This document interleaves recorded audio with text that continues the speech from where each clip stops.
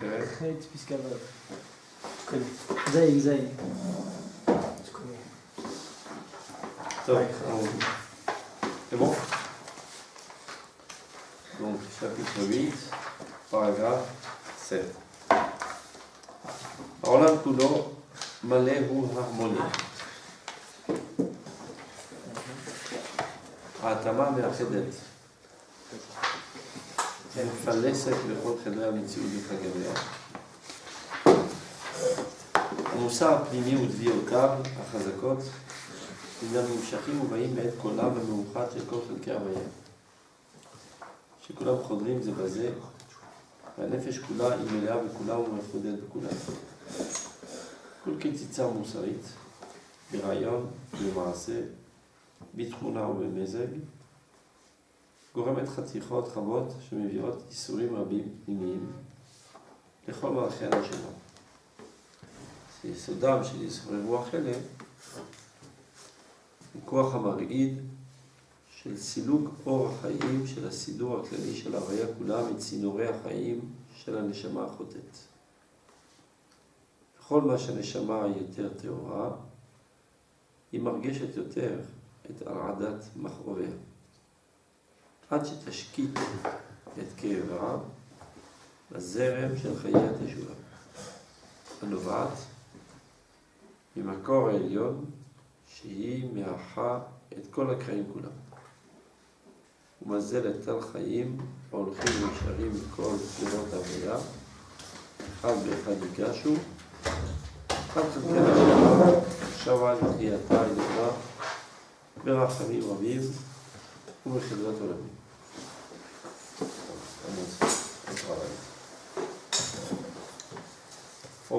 העולם כולו מלא הוא harmonie. Qu'est-ce que ça veut dire?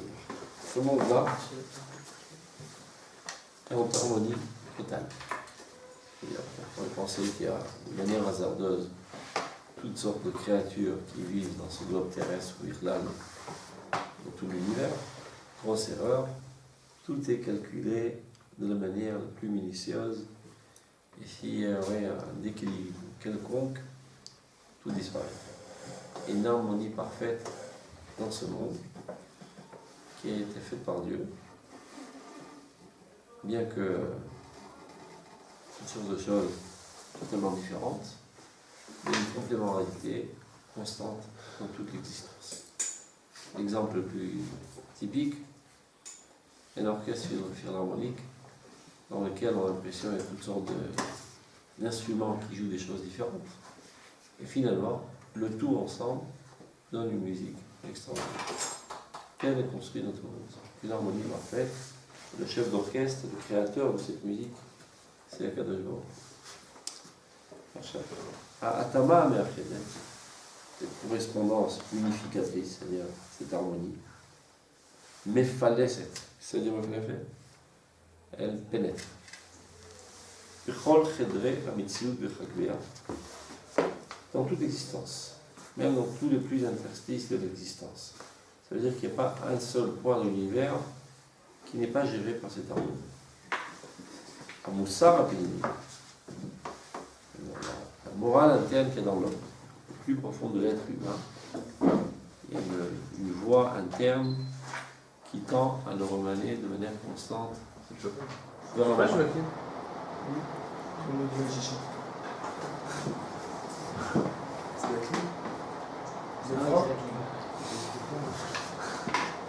Hyper chaud. Faut geler. Oui, ça fait du bruit.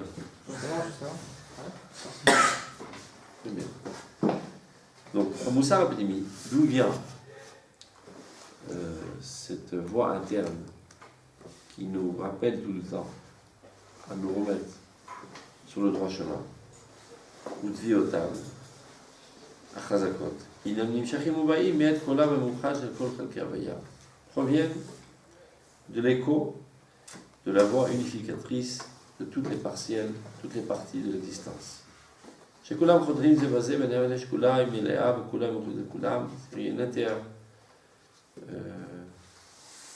inter-effet entre toutes les parties de l'existence et l'âme, et c'est réciproque. Et donc, C'est-à-dire l'âme aussi, elle fait partie de toute cette constellation, de toutes les existences qu'il y a dans ce monde. Elle est censée vivre en harmonie parfaite avec toute cette existence qui est faite de manière parfaite selon la volonté de Dieu. Kol ketzitza musarit, et donc chaque fois que tu fais une coupure morale, une déchirure morale, que ce soit au niveau de la pensée, tu as une pensée non souhaitable, même assez, au niveau de l'action, Petrouna ou Bezek, dans tes traits de caractère, dans tes comportements, ou remettre à Tichot Rabot. Ceci entraîne énormément de déchirures. Chez Mephiot, Isurim Rabim, qui entraîne énormément de souffrances internes. Les Chol, Malachia, Neshama, dans tous les systèmes internes de l'âme. Chez Sodam, chez les Souré Ruachele, et donc d'où proviennent toutes ces souffrances. Car il s'avère, chaque fois qu'il y a une déchirure, il y a une partielle de vie qui s'échappe de l'âme. En quelque sorte, un mini-suicide, un suicide régional de l'âme. Si vous voulez une métaphore, c'est comme si tu t'es coupé avec un canif, une artère, il y a le sang qui gicle, et tu commences à te affaiblir, il y a moins de sang dans ton corps. C'est pareil, dans l'âme. Chaque fois que tu dévis, tu ne comprends pas comme il faut, il y a une déchirure dans les courants internes de l'âme. Et ce qui fait que si tu étais jusqu'à présent alimenté de la source de tout être de manière normale, voilà que maintenant tu commences à perdre tes forces et près de t'évanouir. Donc l'âme tremble chaque fois que tu fais une faute, chaque fois que tu as une pensée interdite, chaque fois que tu vois quelque chose d'interdit, chaque fois que tu manges quelque chose d'interdit, chaque fois que tu as une réaction interdite au niveau de tes comportements, de tes traits de caractère, etc. C'est comme si tu prends un sakini, pas dire, un couteau, un cutter, crac, une déchirure dans ton âme, et la vie s'évapore. Alors elle tremble.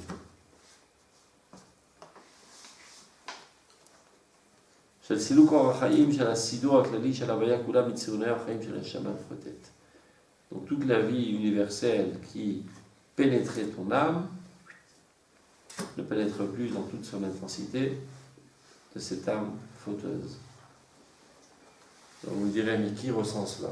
Ça nous arrive de fauter, on n'a pas l'impression qu'on rentre dans l'agonie. Mais ça dépend, il dit. Kolma shaneshama yeter teora, plus l'âme est pure, plus exactement, plus l'homme est pur, parce que l'âme est toujours pure. Plus l'homme est pur,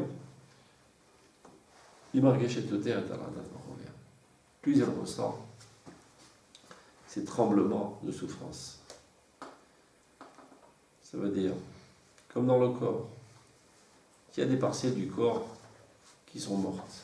Supposons que la main, là, elle a perdu sa sensibilité. Je peux la mettre sur une plaque chauffante, je ne ressens rien. Ça ne veut pas dire pour autant que c'est pas en train de détruire la main. C'est en train de la détruire et je n'en suis pas conscient parce que j'ai perdu ma sensibilité. Elle est un petit peu morte. Mais il peut arriver exactement la même chose dans l'âme. Normalement, si on poignarde l'âme, elle hurle de souffrance et tu es censé le ressentir.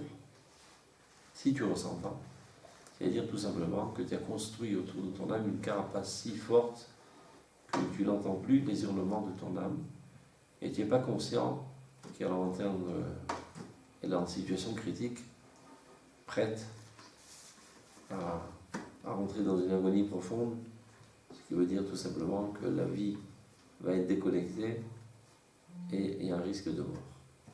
Et tu n'en es pas conscient. Plus quelqu'un faute, et plus il perd de sa sensibilité. Comme dans le corps.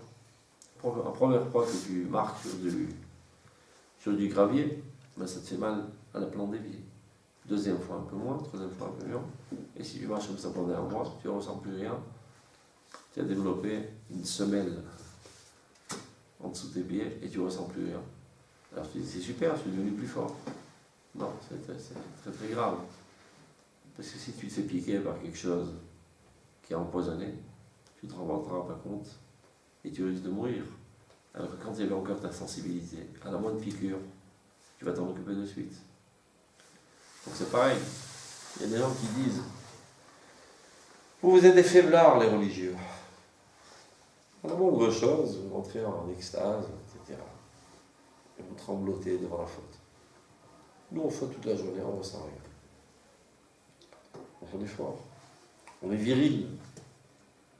Regarde, quand tu marches sur une fourmi, tu te sens mal dans ta peau d'avoir assassiné une petite fourmi. Moi, j'égorge les enfants 3 fois par jour, ça me fait rien. Moi, je suis fort, je tiens un faiblard. C'est un pauvre type qui a perdu sa sensibilité humaine, qui a perdu sa morale interne. Ça ne veut pas dire pour autant que chaque fois qu'il se comporte de la sorte, il ne se détruit pas. Il se détruit, il se détruit, il se détruit, en route de destruction totale, d'autodestruction totale. Mais il n'en est pas conscient, donc sa situation est gravissime. Parce qu'il ne peut plus empêcher ses comportements, parce qu'il ne ressent pas la gravité qui est en cela. C'est ce qu'il dit le Rav. Quand le Shema était Torah, plus il avait pur, il marquait chez terre. Il le ressent plus. Il y a des gens, quand ils fautent, ils tremblent de peur. La vache, de tout leur corps. D'autres, ça ne leur fait rien du tout. Parce qu'ils ont perdu leur sensibilité.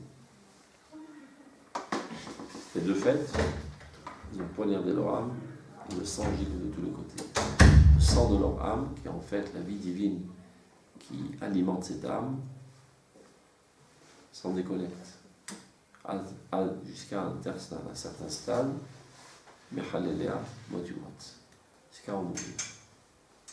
Par contre, chaque fois que tu fais une bonne action, que ce soit au niveau de la pensée, que ce soit au niveau de l'acte, que ce soit au niveau des comportements ou bien des traits de caractère, tu rentres en connexion avec Dieu.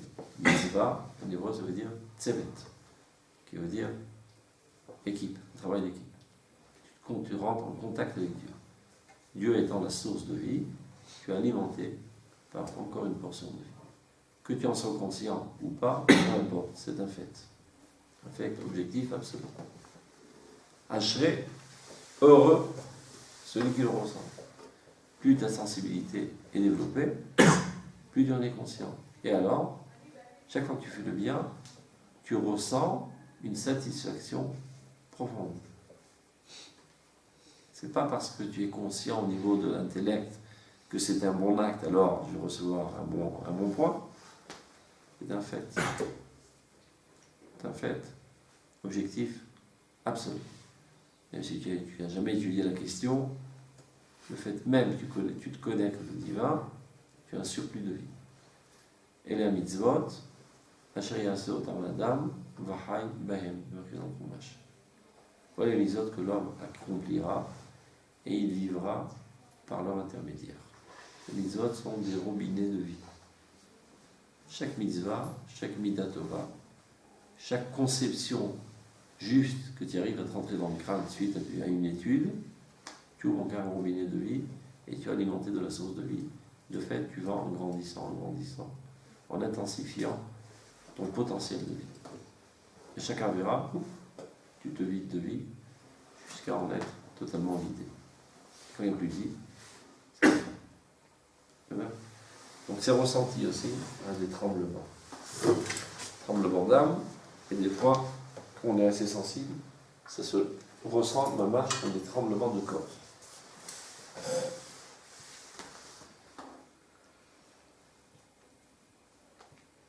Dans la Gemara, deux rabbins se promenaient, ils ont vu leur élève marcher devant eux.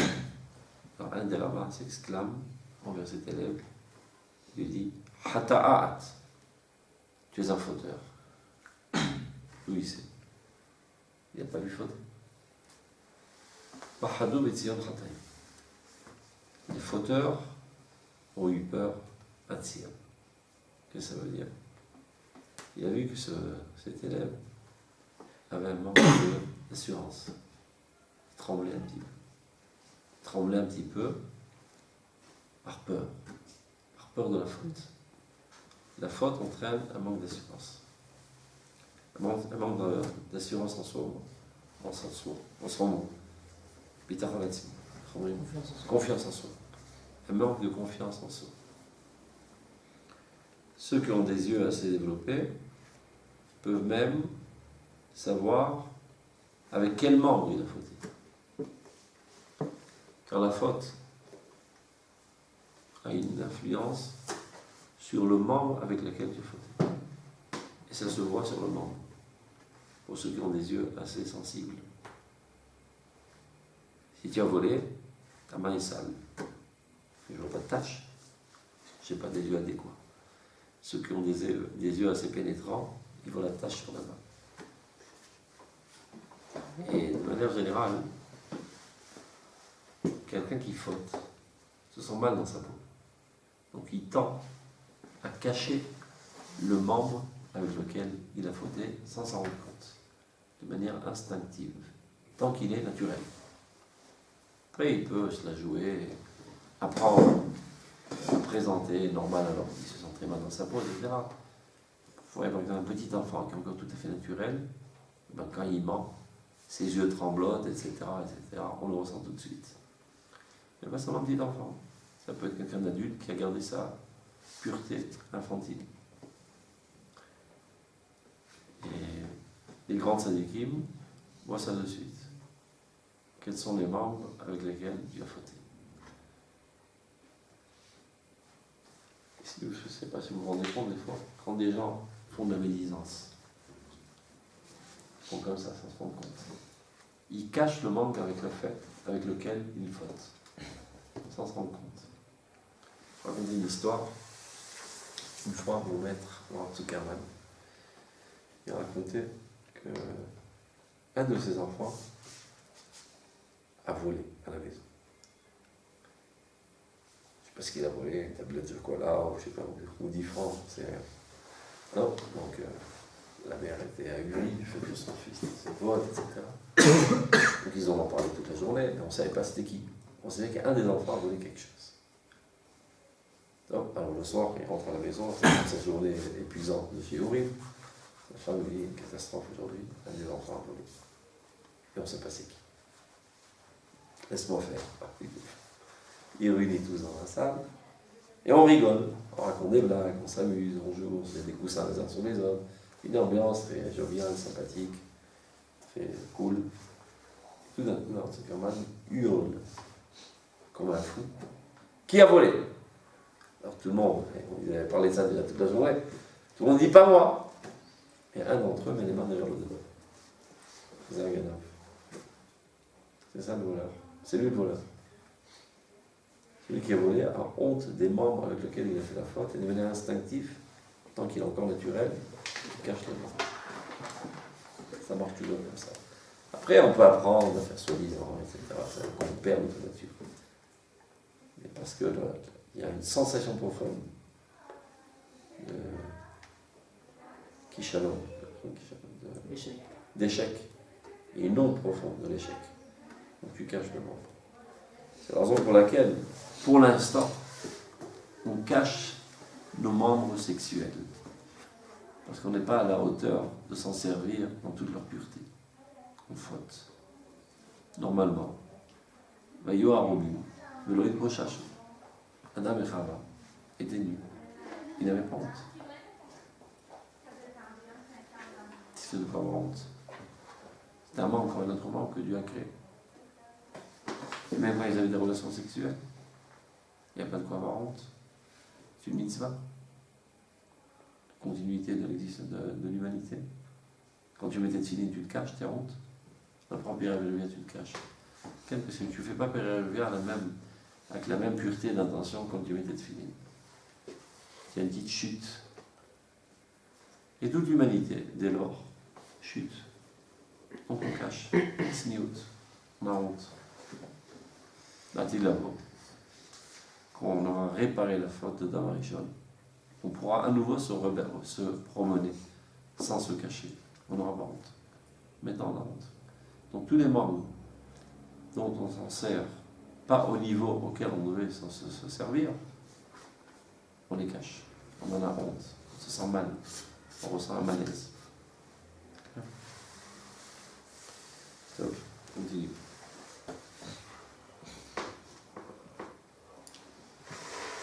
Donc, il marguèche et Yoter et Taradat et Trouver.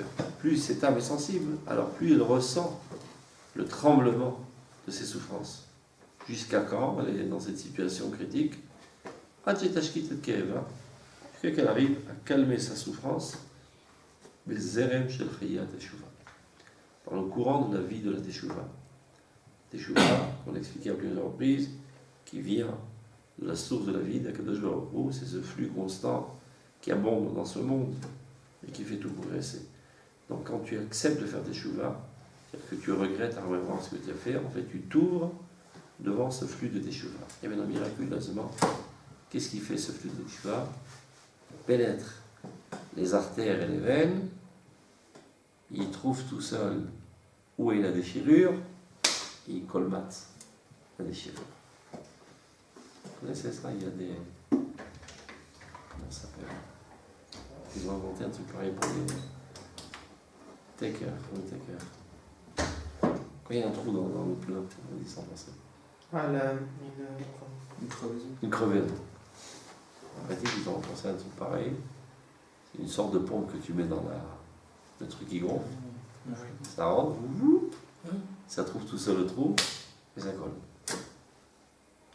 Mais après, On va quand même. je connais Clair. rien. Mais après, T'inquiète. on peut faire que 50 km avec. Ouais, c'est juste pour la métaphore. Mais là, c'est pour toujours. J'ai bien vu faire. On a dit, il a mis une crevaison et tout. Ça, c'est bon, ça tient. C'est super, non? Ben là, c'est la même métaphore. Ce zérem de Teshuvah pénètre l'âme, il cherche avec un radar où se trouve la coupure, la déchirure, là. Et tout se relie. C'est un Teshuvah aussi. Comme si de rien n'était. Mais c'est mieux que dans la métaphore. Parce que c'est pas que pour 50 km, c'est pour l'éternité. C'est vachement peut-être, regardez. Donc elle tremble. Pourquoi elle tremble? C'est comme si quelqu'un qui a une artère ouverte, donc il commence à trembler, à agoniser, à se dégonfler. Il est en route vers la mort. Et puis d'un coup, il ressent encore des portions de sang et qui vont même coaguler, fermer la plaie. À vrai dire, je ne sais pas si vous le savez, c'est pas par hasard que c'est comme ça. Milbessari Echezei Eloah, on dit. En observant mon corps, je peux voir Dieu. Qu'est-ce que ça veut dire?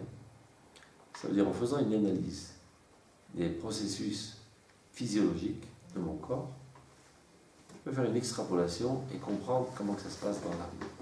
Pourquoi? Parce que tout simplement, le corps n'est que là, à Krana, le rayonnement de l'âme. Ce ne sont pas deux existences. L'existence réelle, c'est l'âme. Quand elle apparaît dans ce monde, elle se concrétise dans un corps. Donc c'est plus ou moins les mêmes processus.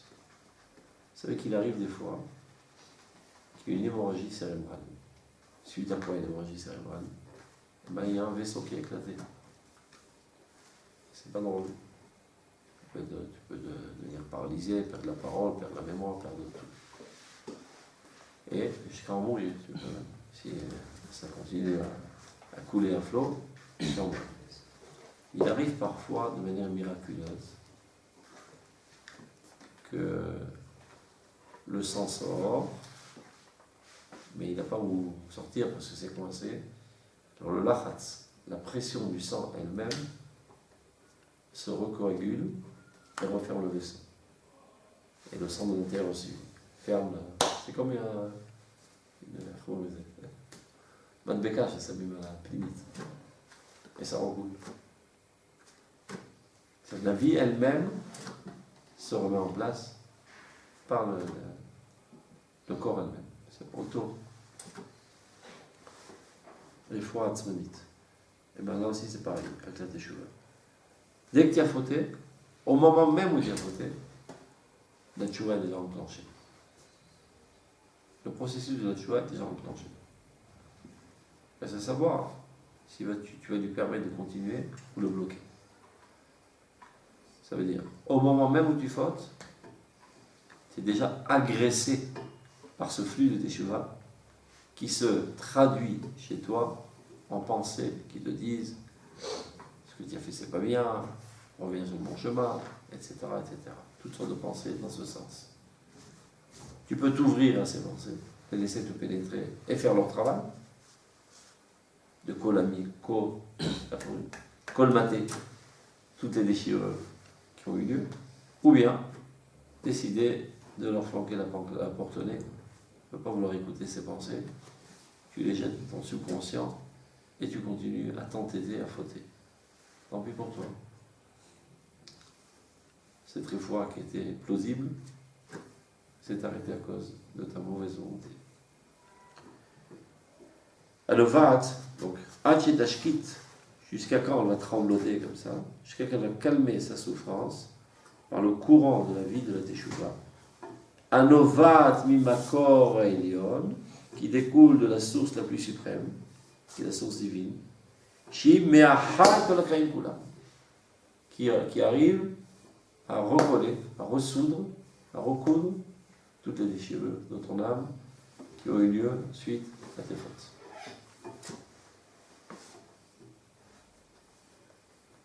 Plus c'est tout ça, le Rav Kook. Il a un Röntgen, comme on dit bien. Non, c'est le terme scanner, la radiographie. Pour savoir ce qui se passe dans l'âme. Ce ne sont pas des métaphores, sachez-le. C'est vraiment ce qui se passe dans l'âme. Torah Tarazon. Tout ça, c'est la Torah de la Kabbale, qui explique exactement ce qui se passe dans l'âme quand tu fautes, quand tu fais des péchés, etc. Donc il est allé puiser de là-bas. Il nous explique ça dans un langage simple. C'est-à-dire, si nous on l'avait lu avant, on n'aurait rien compris, parce que tout a été dit de manière métaphorique. Et lui, il te traduit exactement qu'est-ce que ça veut dire au niveau de l'âme. Anovat mikor elion shi me'achad kol ha'chaim kulam. Umazelet tal chaim. C'est-à-dire, première intervention, c'est de colmater toutes les déchirures. Et après, faire couler à nouveau le liquide, parce que tu as perdu énormément de sang, donc tu reçois d'autres portions de sang.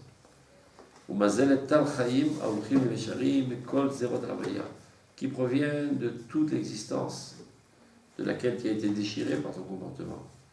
Toute l'existence t'enveloppe à nouveau, te renvoie des portions de vie. Echad ve'echad yigashu, un à un, se racole. Ad chelkei haneshama hashav alitriyata. Jusqu'au partiel de la vie, de l'âme qui avait été abîmée, qui reviennent, qui ressuscitent. Comme dans ton corps, il y avait des partiels qui étaient mortes, qui avaient perdu leur sensibilité, et maintenant ils reviennent à toute leur vigueur, toute leur fraîcheur. Ad chelkei haneshama hashav alitriyata ha'elyona berachamim rabim, avec énormément de miséricorde divine, ou vechedvat olamim, avec beaucoup d'allégresse. Tu retrouves ta vie, et cette complémentarité, ce surplus de vie que tu reçois, automatiquement suscite en toi un sentiment de joie et de satisfaction. C'est clair? Continue. שהצער הרוחני ממעמד החיים הרוחניים של עצמו, שהוא כאב התשובה ושל העולם כולו גדול מאוד, עד כדי סתימתם של המקורות, אשר לרעיונות, לדיבורים, לתפילה, לצעקה, להרגשה ושירה, מתחוממים בדליגה לאסוף אורות מלאי חיים ממקור הדומיה. והיה השערה ולאגם לצמאון למבועי מים. Alors, שהצער הרוחני, quand la souffrance spirituelle, ממעמד החיים הרוחניים של עצמו, à cause de ton état spirituel, c'est-à-dire que tu as fauté, tu te sens mal, pour le paragraphe précédent, tu te sens très mal, tu te sens tellement mal, tu arrives à un tel dédain et dégoût de toi-même que ça te paralyse totalement. Tu ne peux plus être fonctionnel. Tu perds toutes tes capacités tu es raplapla, tu perds le moral, totalement désespéré, démoralisé. Il peut y avoir des situations de gravissime, il y a des gens qui en arrivent au suicide. Ça arrive. Quelqu'un qui a assassiné, je sais pas, sa mère, par exemple. Il ne sait plus quoi faire. Un coup, je sais pas, un coup de nerf, il a pris un couteau, il a assassiné sa mère. Ça arrive. Qu'est-ce qu'il fait très souvent? Il se tire une balle dans la tête. Il ne peut plus vivre. Il ne peut plus vivre avec cet événement.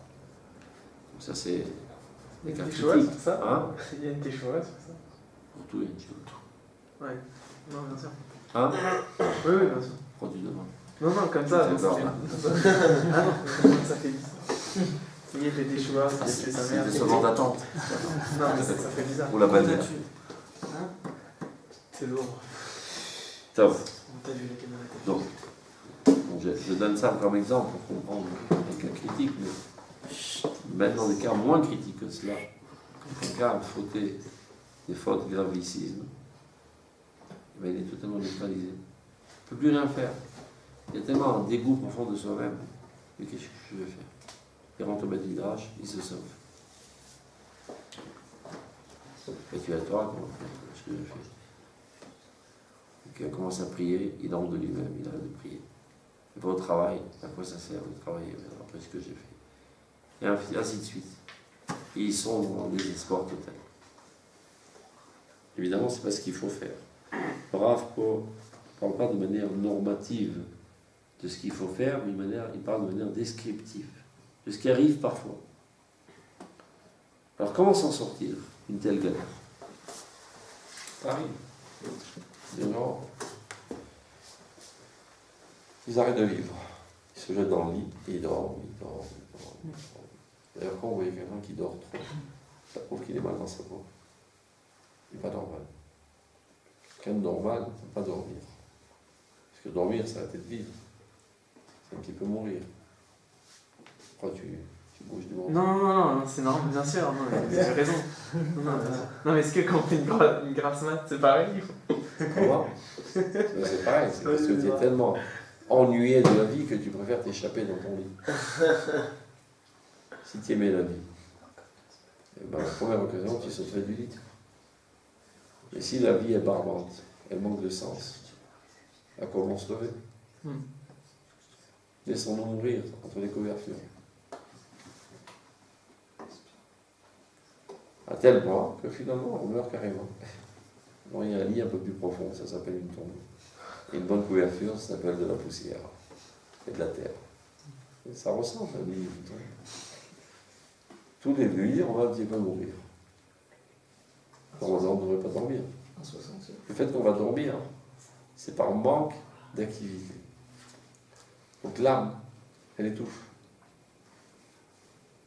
Bon, étant dans un manque d'expression totale, elle étouffe. Qu'est-ce qu'elle fait? Elle borde bien ce corps au lit, elle met une bonne couverture sur la tête, et ouf, elle va s'amuser dans la stratosphère. Elle va respirer de l'air frais aux cimes les plus hautes, qui sont adéquates à sa vie interne. Mais si l'âme réussit à s'exprimer pendant les heures d'éveil, elle se sent très bien dans le corps, pas besoin de s'en séparer. C'est comme la vie conjugale, un homme et une femme qui s'aiment bien. Alors chacun se soucie de permettre au second de s'exprimer. Et il se fait de tout pour lui donner satisfaction. On ne se marie pas pour recevoir, on se marie pour donner. Ceux qui pensaient recevoir avant le mariage, ben, qui ne se marient pas, parce que de toute manière, il va se divorcer sous peu. Excusez-moi, si pensez quoi? Recevoir. C'est-à-dire recevoir. Je me marie pour recevoir ceci, recevoir cela. Et alors, ne te marie pas, il vaut mieux, parce que ça va mal tourner. Marie pour donner. Donc, si tu te maries bien, tu es tout le temps en train de te soucier comment permettre au second de s'exprimer, de l'aider à s'exprimer. Alors, je me sens très bien avec toi. Mais si tu es tout le temps en train de l'opprimer, tu ne lui permets pas de s'exprimer. Alors, le conjoint commence à loucher autre part. Et à la première occasion, il le plaque. D'abord, il commence à papillonner. Il fait de tout, il trouve toutes sortes de prétextes pour sortir de la maison parce qu'il se sent mal dans la maison. Il va travailler 20 heures par jour, ou bien elle va faire des commissions au canyon pendant 50 heures par jour, etc. Parce qu'elle n'a pas envie d'être avec son mari, parce qu'il lui casse les pieds. D'accord. Mais si la vie est belle et heureuse, ils font de tout pour être au maximum ensemble. D'accord. C'est exactement pareil dans le mariage entre le corps et l'âme. Si le corps permet à l'âme de s'exprimer, eh ben l'âme se sent très bien dans ce corps. Elle ne veut pas en sortir. Donc elle n'a pas envie de dormir. C'est ça. Mais si c'est un enquiquineur, ce corps, un égoïste, qui ne pense qu'à lui, et qui ne lui permet pas du tout de s'exprimer, ras-le-bol. Donc elle le met au lit. De toute façon, c'est ce qu'il aime, c'est dormir. Mais vas-y, dors. Et lâche-moi la jambe. Et je laisse dormir pendant 20 heures, 24 heures, 28 heures. Ouf, sauf. Bon débarras de cet enquiquineur. Elle est toute heureuse aux cieux. Les deux sont contents. Péroud. C'est la meilleure des choses à faire quand on ne s'entend pas se divorcer. Comment continuer à vivre dans un mariage qui est un pseudo-mariage qui est en fait un divorce émotionnel. Il y a malheureusement près de 80% des couples qui vivent dans cette situation. Vous la trouvez avant de vous marier. Un divorce émotionnel. Ils vivent dans la même maison, ils mangent ensemble, ils ont les mêmes soucis, ils n'ont aucun rapport l'un avec l'autre. Ils parlent des choses très importantes. Achète un paquet de lait, n'oublie pas d'apporter le fromage, va réparer le carreau, prends le gosse à l'école. C'est ça toute leur discussion, des trucs techniques. En sachnash, sichot nefesh, des discussions d'âme. Qui ne sont aucun rapport entre les deux astres. C'est un divorce émotionnel. Ça ne sert à rien, on veut divorcer. Il faut mieux qu'il y ait un divorce formel. Et que chacun aille faire sa vie avec une autre personne. Le mieux, c'est de faire tchouva, c'est d'apprendre à vivre ensemble. Parce que ça ne sert à rien, très souvent les gens pensent que s'il y a des problèmes ici, j'ai des problèmes ici, je vais aller dans la salle d'à côté, il n'y aura plus de problème. Mais maintenant, c'est idiot, tu prends avec toi tous tes problèmes. Les problèmes, tu peux les solutionner ici, au lieu de les chercher là-bas. Si ça n'a pas marché, c'est qu'il y a un problème. C'est que tu n'es pas assez mûr pour être marié. Tu es égoïste, égocentrique, tu obliges les autres, etc., etc. Donc tu as déjà fait un sacrifice qui est ta femme, tu vas te marier avec une autre, ça faisait un deuxième sacrifice, après tu vas trouver un troisième sacrifice. Je ne sais pas si on dit sacrifice en français. Corban. Une victime. Donc, comme quoi qu'une langue, ça ne se traduit pas dans des expressions idiomatiques. Donc, première victime, première femme, deuxième victime, troisième femme, etc. Parce que tu es un vampire, tout simplement. Tu ne sais pas te marier. Donc, au lieu de dire oh, ras-le-bol de cette femme, commence peut-être à penser à ras-le-bol de toi-même. C'est toi qui vas toi-même. Commence à te corriger et tu trouveras le bonheur avec cette femme. D'ailleurs, ça coûte moins cher. Un divorce, ça coûte très cher. Il faut entretenir des enfants, etc. On va pas regarder deux maisons.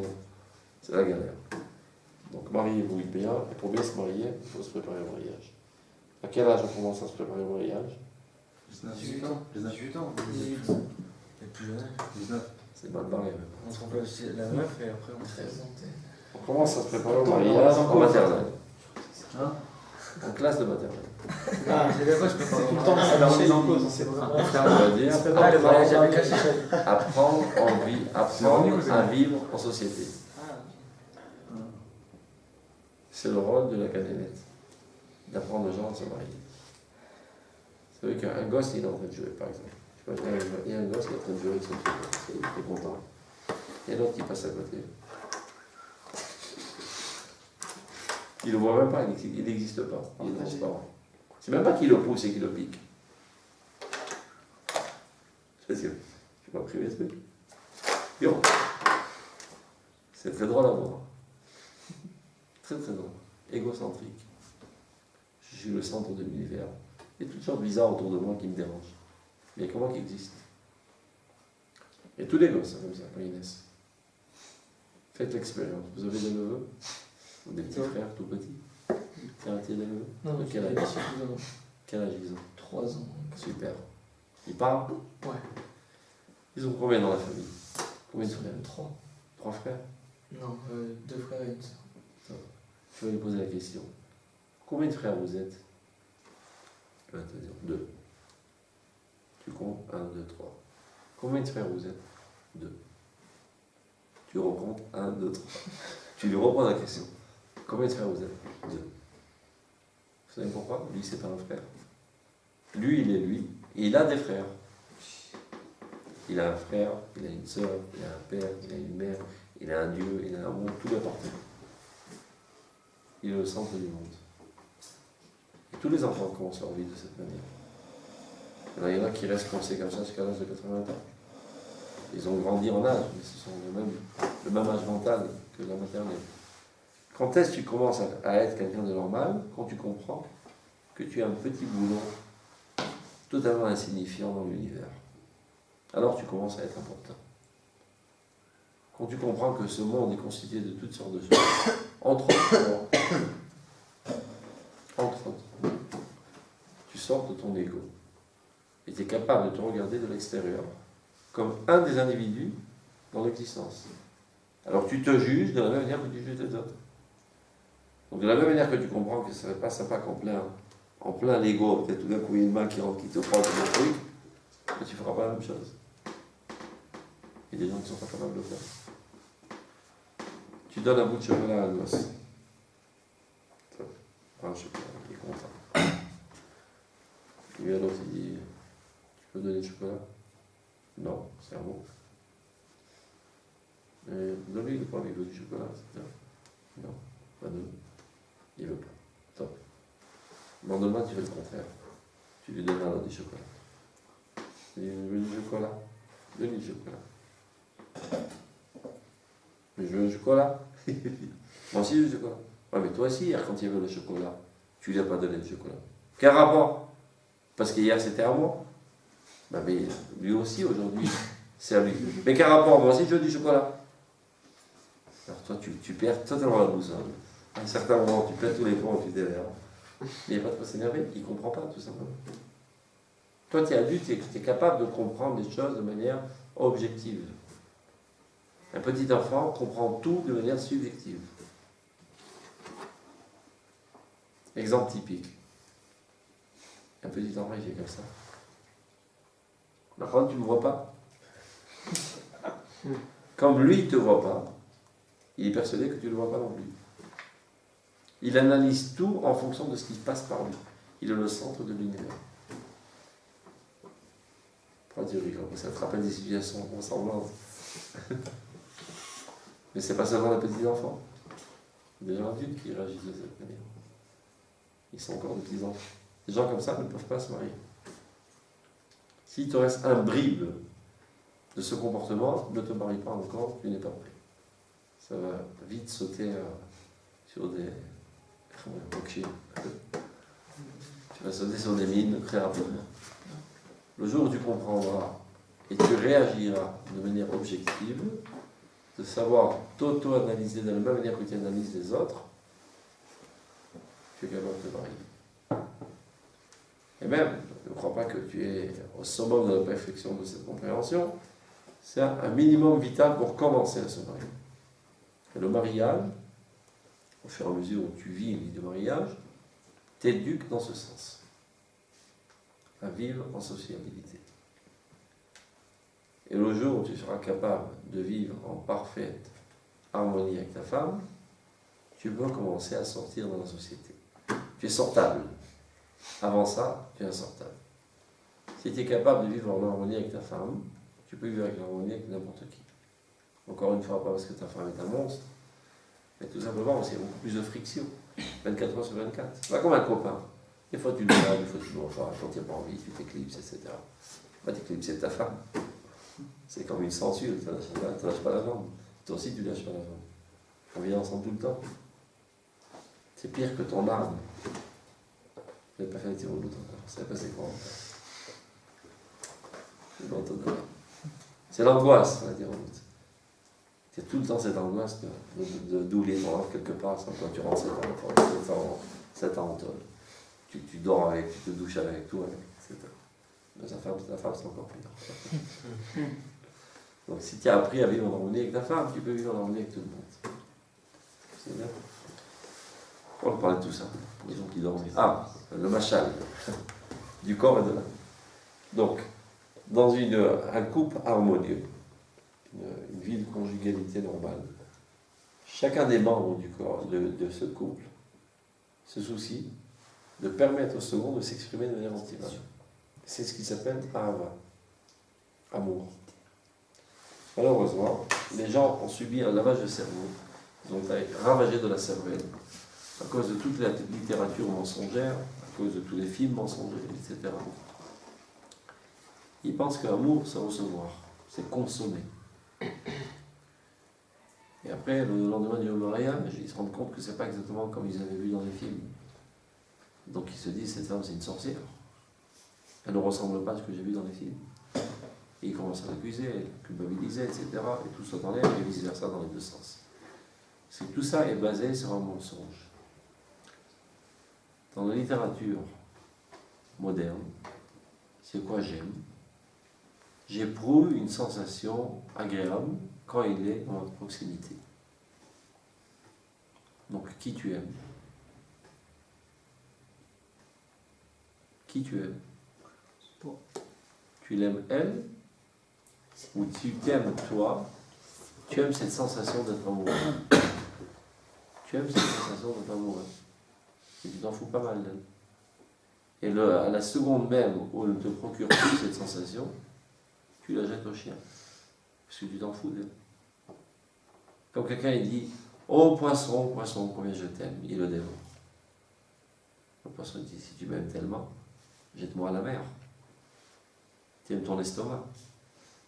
Tu aimes la sensation d'être rassasié quand tu me dévores et tu m'esquintes, tu m'assassines. Et tu appelles ça j'aime. C'est pas de l'amour, c'est de la consommation. C'est de la destruction. D'ailleurs, en hébreu, les chol, c'est comme les chalot, qui veut dire détruire, manger. Asséné et les noukal. Le buisson ne se dévorait pas, ne se mangeait pas. Quand tu manges, quand tu consommes, tu détruis. Et ils osent appeler ça de l'amour. C'est pas de l'amour. Si tu l'aimes, ça veut dire que tu te soucies, ce qui t'intéresse, c'est que le mieux soit pour elle. Donc tu l'aides à progresser matériellement et spirituellement. Et des fois, ça vient à l'encontre de tes besoins, toi-même. Alors, je ne sais pas, l'envie d'aller d'étudier, faire des études. On va mettre moi à la maison. Et je m'ennuie après. Et je l'aime. Je veux qu'elle soit à côté de moi. Non, tu ne l'aimes pas. Tu t'aimes toi et tu as peur de rester en solitude. Si tu l'aimais, tu l'enverrais étudier parce que c'est ce qu'il y a de mieux pour elle.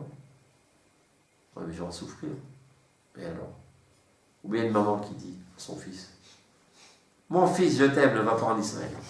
Je n'ai pas compris ce que tu as dit, maman. En fait, c'est un amour accaparatif. Elle te dévore. Elle ne t'aime pas. Parce que si elle t'aimait, elle voudrait le mieux pour toi. Et qu'y a-t-il de mieux pour un juif que d'être dans sa terre, en Eretz Israël? C'est simple. Ou bien, je ne sais pas, elle habite à Beersheba, et le seul endroit pour faire ses études, c'est au Technion. Mais c'est loin, Beersheba, du Technion. Il ne peut pas rentrer tous les soirs à la maison. Donc il doit louer une petite piole à Haïfa. Donc elle ne va pas le voir pendant une semaine. Mais non, je ne vais pas aller à Haïfa, je t'aime, reste à côté de moi. Et tu as dit que tu m'aimais, non? Donc si tu m'aimes, tu dois vouloir mon bien. Mon bien, c'est que je sois un ingénieur en aérodynamique, je ne sais pas quoi. Aérodynamique. Je ne sais pas compris. Mais c'est ma capacité, ce que j'ai envie de faire. Ouais, mais je t'aime. Si ça peut m'aider, je n'ai pas compris le problème. On a pourquoi je dis ça? Parce qu'elle a subi un ravage dans la cervelle. Ils lui ont fait croire que l'amour, c'est consommer. Et tout est mensonger. Donc tant que les gens sont formatés de cette manière, ils ne sont pas prêts à se marier. Ils se marient dans l'intention de consommer le second, au prix de sa destruction. Et ils l'oppriment pour leur bien-être personnel. Donc, si c'est une nouille, le conjoint, il se laisse faire. S'il est normal, psychiquement parlant, il se révolte. Et quand tu oses te révolter, boum, commence la guerre mondiale dans le foyer. Donc avant de se marier, étudiez bien c'est quoi l'amour. Et vous aurez une vie paisible, heureuse, etc. Donc, tout ça n'est qu'une métaphore pour comprendre que c'est exactement pareil pour le corps humain. C'est exactement pareil. Le corps, il veut bien dormir, il veut bien manger, très bien. L'âme n'a rien contre. Tu veux manger, je te prends par la main, je t'emmène au resto. Parce que le corps, il ne peut pas aller tout seul, c'est bien clair.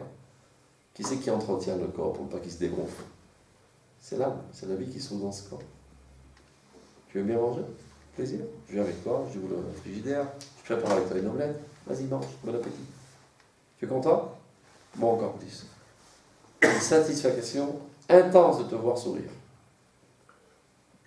Et vice-versa. Et toi, madame l'âme, qu'est-ce que tu aimes? Ben moi, j'aime tout ce qui a trait à l'éternité. J'aime faire en sorte que les Juifs reviennent dans les Israël. J'aime construire Jérusalem. J'aime rajouter de la sagesse. C'est ça ce qui m'intéresse dans la vie.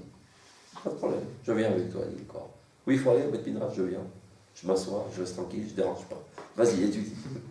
J'ai faim, mais je me la ferme. J'attendrai jusqu'à 1h le temps que tu termines. Il y a une compréhension interne entre les deux. C'est une vie parfaite. Donc, quand il y a une conjugalité si réussie, on n'a pas envie de se séparer. Donc, on ne dort pas. Donc, symptôme de catastrophe dans le foyer conjugal de l'homme et de la femme, la quantité de sommeil. Plus tu dors, plus cela prouve que ton âme, elle a un mal-être. Elle se sent mal dans ce corps. Donc elle échappe, elle se sauve. Les grands sadikim ne dorment presque jamais. C'est pas qu'ils crèvent de fatigue. Bon, on est obligé, il faut tout l'intégrer. Ils n'ont pas envie de dormir. Pas envie de dormir. Pas sommeil. Et dès qu'ils vont au lit, ils ressortent encore une fois, parce que même toi, on n'a pas besoin de la grande sadikim, tout le monde. Quand il y a quelque chose qui t'intéresse énormément, tu sais que tu as demain un truc très important que tu adores faire, tu n'arrives pas à dormir. Et tu te lèves à 4h du mat alors que tu as dormi à 3h du mat. Parce que ça t'intéresse. Donc quand il y a quelque chose qui t'intéresse, tu n'as pas envie de dormir.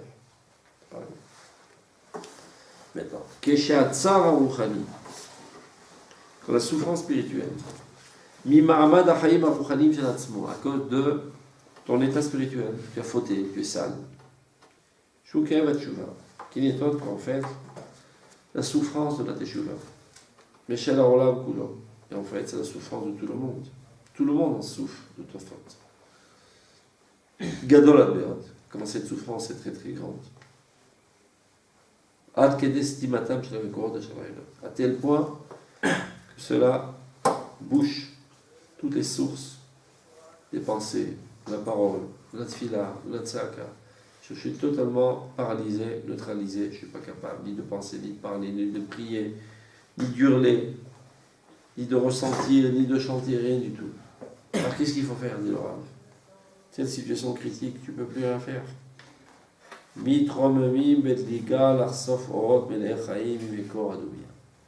La seule chose qu'on puisse faire, c'est de s'élever et d'enjamber, et aller chercher des lumières emplies de vie de la source du silence. Qu'est-ce que ça veut dire cette histoire? Il faut se taire, rentrer dans le silence total. Il y a un silence, il n'y a rien, c'est vide. Grosse erreur. Le silence est empli de voix internes. Le bruit dérange à écouter. Au contraire, on parle pour ne pas écouter tout le message profond qu'il y a dans le silence. Dans le silence, on revient à l'écoute interne de notre âme.